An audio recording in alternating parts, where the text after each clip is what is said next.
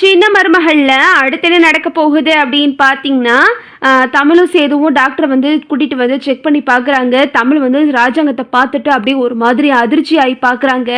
Doctor இவருக்கு வேற என்ன வழி அப்படின்னு கேட்கும்போது, நம்ம இவரை அப்சர்வேஷன்ல வச்சிருப்போம் அப்படின்னு சொல்லிட்டு டாக்டர்லாம் சொல்லிக்கிட்டு இருக்காங்க. வேகமா டாக்டர்லாம் பெட்டெல்லாம் போட்டு குளுக்கோஸ் பாட்டிலாம் போட்டு ராஜாங்கத்துக்கு எல்லாமே மாட்டி விட்டு ஆக்சிஜன் மாஸ்க்லாம் போட்டு படுக்க வச்சுட்டாங்க. அப்பதான் ஒரு பக்கம் அழுகுறாங்க. இங்கிட்டு பார்த்தா சாவித்திரி, தாமரை, சித்ரா 4 பேரையுமே படுக்க போட்டாங்க.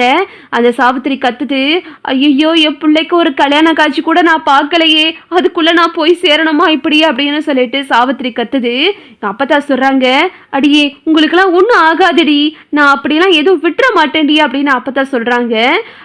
தாயி நீதான் தான் என் பிள்ளைகளெல்லாம் நல்லபடியாக காப்பாற்றணும் அப்படின்னு சொல்லிட்டு அப்பதான் சாமியை கும்பிட்டுக்கிட்டு இருக்காங்க.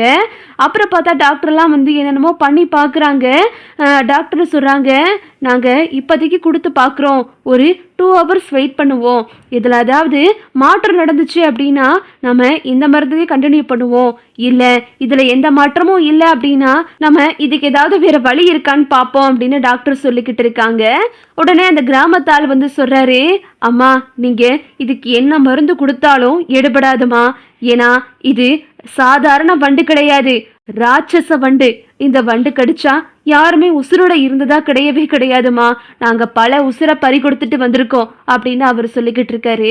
உடனே தமிழ் சொல்கிறாங்க, இதுக்கு மாற்று மருந்து எங்கே தாங்க இருக்குது அப்படின்னு தமிழ் கேட்கவும், அது வந்துமா அது பெரிய காட்டுக்குள்ள ரொம்ப தூரம் போகணுமா, ஆனா அதுக்குள்ள போனவங்க யாரும் திரும்பி வந்ததா கிடையவே கிடையாதுமா, வந்ததும் கிடையாது, அதனால நம்ம அதுக்குள்ள போறதை பத்தி யோசிக்கவே முடியாதுமா அப்படின்னு சொல்றாங்க.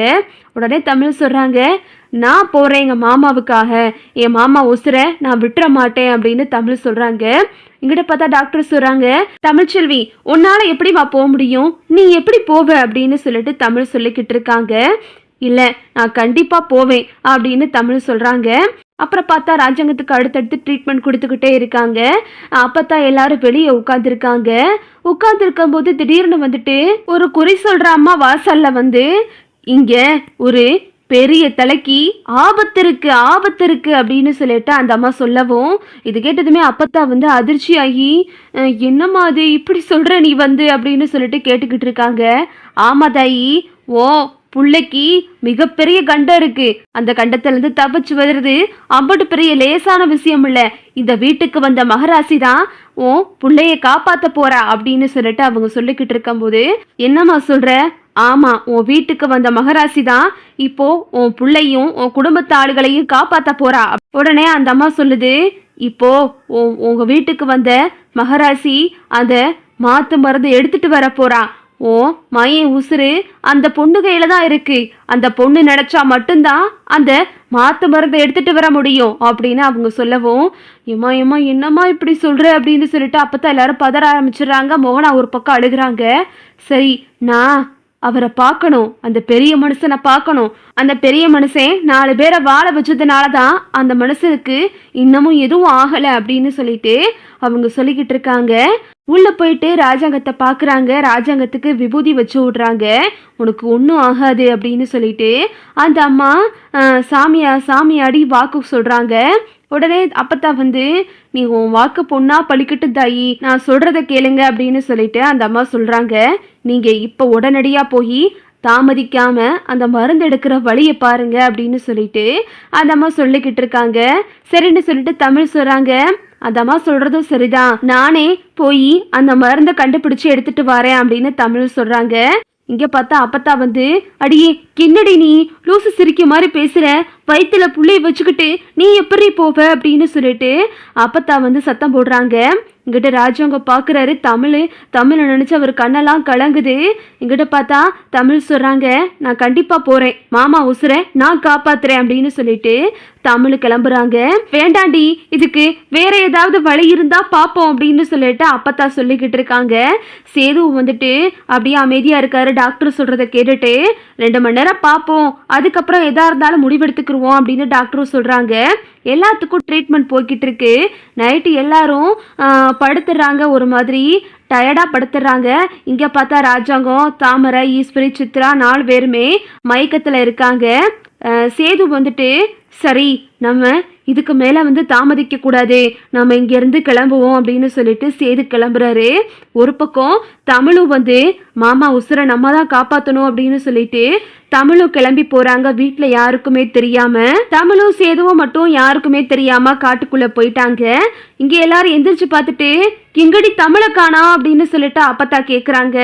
ஐயோ அம்மாச்சி, தமிழ் எங்க போனா அப்படின்னு சொல்லிட்டு எல்லாரும் தமிழையும் சேதுவையும் தேடி பாக்குறாங்க. ஒரு இடத்துலயும் காணோம்.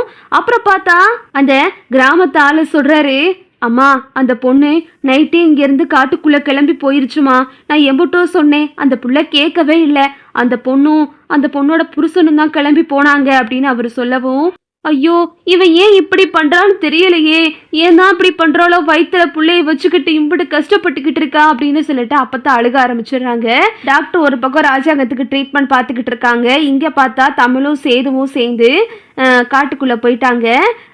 சேது வந்து தமிழை பார்த்துட்டு, நீ எதுக்கு வந்த, வயிற்றுல குழந்தைய வச்சிருக்க, கால் இப்படி இருக்கும்போது உன்னை யார் வர சொன்னா அப்படின்னு சேது வந்து தமிழை சத்தம் போடுறாரு. இல்லைங்க நான் வந்தே தீர்வேன் அப்படின்னு தமிழ் சொல்லவும், சரின்னு சொல்லிட்டு 2 பேரும் உள்ளே போகிறாங்க. உள்ளே போகும்போது அவங்களுக்கு ஒரு பயமாக இருக்குது, எந்த பக்கம் போகணுன்னே தெரியல.